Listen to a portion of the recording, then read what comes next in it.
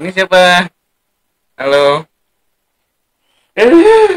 Gue sendirian loh. Halo, balik lagi dengan gue Vicky dari channel Unknown Stories. Dan kali ini gue cuma sendirian, ditemani sama bintang tamu gue ini, si Kodir, dengan channelnya apa namanya dia? Ki Abdul Qadir Sanusi. Nah, kalau kalian ingin tahu tentang channelnya Kodir ini, silakan cek sendiri di bawah ini. Oke. Nah, kali ini kedatangan Kodir ini bukan kedatangan sih, gua yang main ke tempatnya dia.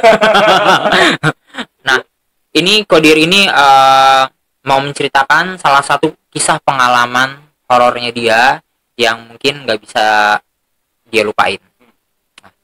Ya, bermula waktu itu gue masih MTS ya. Usia segitu yang gue inget banget saat itu gue lagi masih rajin ibadah. Ya, mungkin entah lagi rajin ibadah ya kali Allah kasih hal yang lebih gitu ya di situ. Nggak yang seperti sekarang lah, ya begini dah, belangsak banget kan, beda banget dah dari dulu. Dan ya langsung aja ke cerita yang inti. Saat itu gue baru habis pulang dari tempat les gitu ya.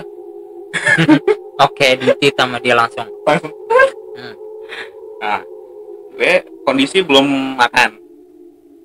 Oke, pulang lapar kan, ya udah sono beli makan kata nyokap. Ya akhirnya waktu itu ke tempat langganan gue lah, yaitu pecel lele yang ada di Urugan.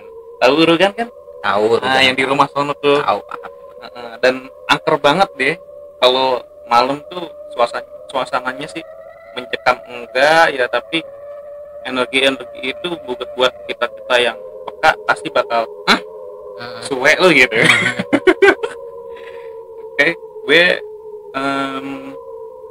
oke, yang gue inget waktu itu dalam beberapa hari kalau gue mau ke sana, gue selalu lewat Urugan ya, enggak lewat jalan yang dilalui motor gitu, yang lalu lalang biasa.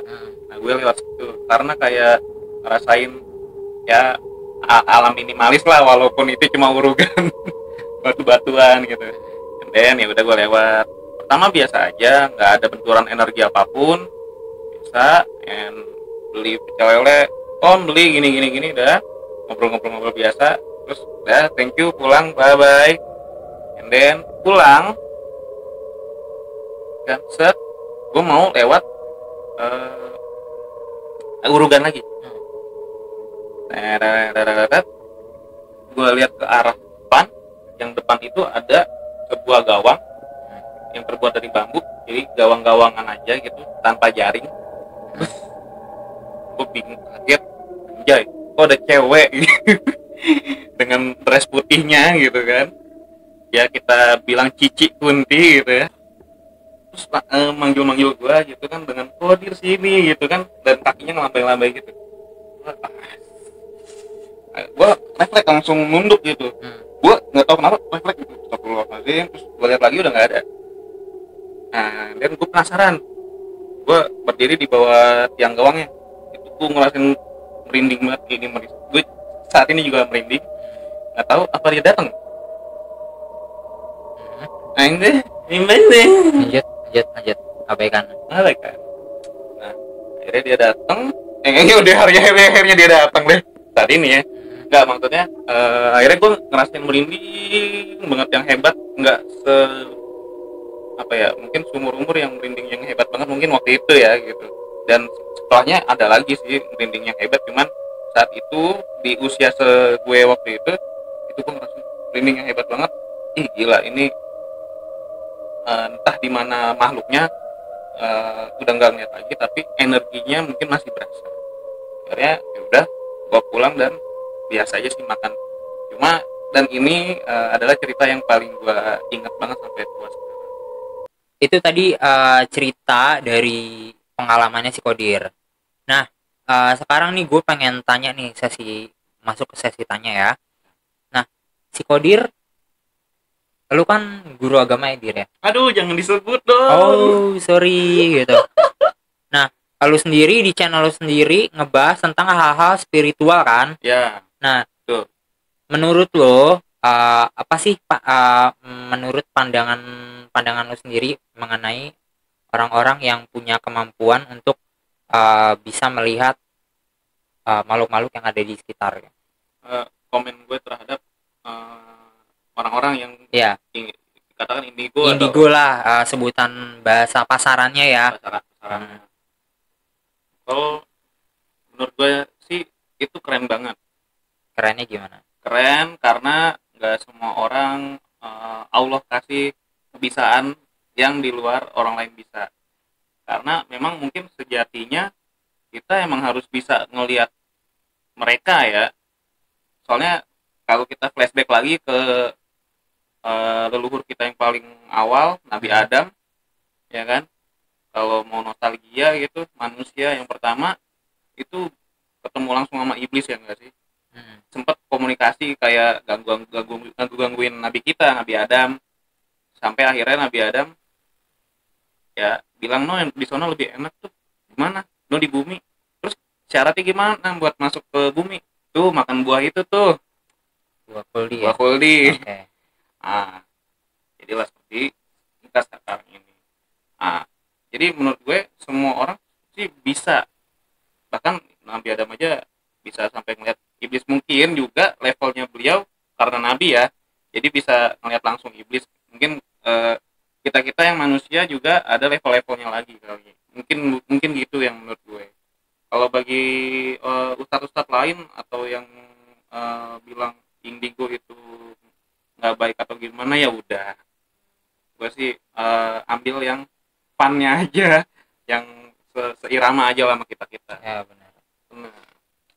Terus kalau menurut Kodir sendiri nih, uh, jin itu termasuk golongan apa sih? Jin ya, jin kalau dikatakan jin ya karena ini disebutnya jin, kembali ke Al-Quran ada, gue juga lupa suratnya apa, mungkin kalau ada yang ingat bisa komen ya di bawah, yang bunyinya gini, Bismillahirrahmanirrahim, wa ma khalaqtul jinna wal insa illa liya'budun, dan sesungguhnya tidaklah Allah ciptakan jin dan manusia hanya untuk beribadah pada Allah.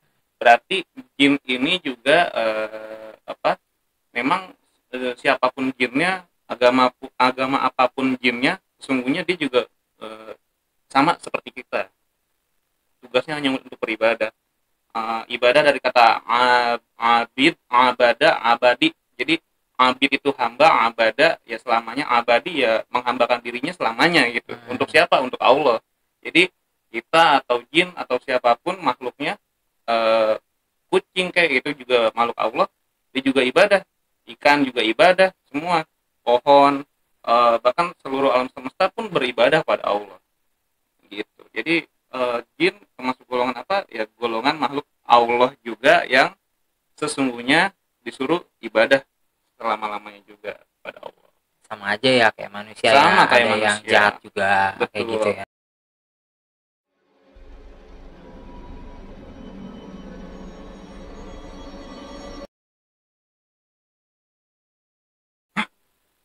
Gue sampai nanya, ini teteh nggak hamil kan? Iya nggak hamil. Terus tadi kok ada suara anak kecil, denger gak? Iya saya dengar. Semua orang dengar yang di situ, bokap gua, nyokap gua dengar gitu. Ya udah, bokap doain lagi, kepes, dia kempes. Itu juga kasih doa apa, air doa gitu ya biasa, terus digorehin gitu, udah gitu. Dan gue masih bertanya-tanya, itu apa ya, kenapa bisa gede perutnya padahal dia nggak hamil, dan ada suara